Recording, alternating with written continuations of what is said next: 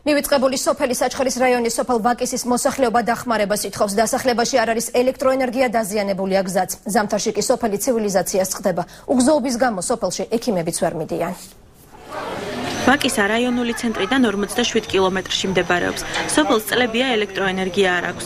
აქაც გზა და ტრანსპორტია. მიუწვდომელია სამედიცინო მომსახურეობაც. ადგილობრივებს საჩხერეში ჩასასვლელად 10 კილომეტრის ფეხით გავლა უწევთ. ზამთარში სოფელი გარესამყაროს მოწყვეტილია.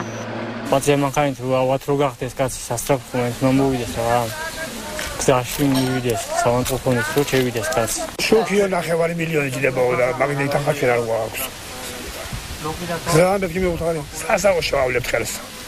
Ați xeli șoulia, ați gaulia, ați daunahia, ați țian, ați mult. Nu că viitorul bun xalqi ვართ რა, ყველანაირად ხელისუფლება. ვაკისელები მძიმე სოციალურ პირობებზე საუბრობენ და ხელისუფლებას უყურადღებობაში ადანაშაულებენ, თუმცა სოფლის დატოვებაზე არ ფიქრობენ. მამა პაპეულ ადგილს და სოფელს არ მიატოვებენ, ცოტა ხელისშეწყობა უნდა ხელისუფლებიდან, გზა, შუქი, თუნდაც ეს ახალგაზრდები დამაგრონ მოშენდეს ისევე სოფელი. აი ასეთი მიუვალი სოფლების განვითარება არის ჩვენი მთავარი პრიორიტეტი, იმიტომ რომ სოფელი კვებავს ქალაქს და ქვეყნის ძლიერება არის სწორედ თითოეული გლეხის ოჯახის სიძლიერეში და აი ასეთ ოჯახს უნდა კონდეს ხელშეწყობა.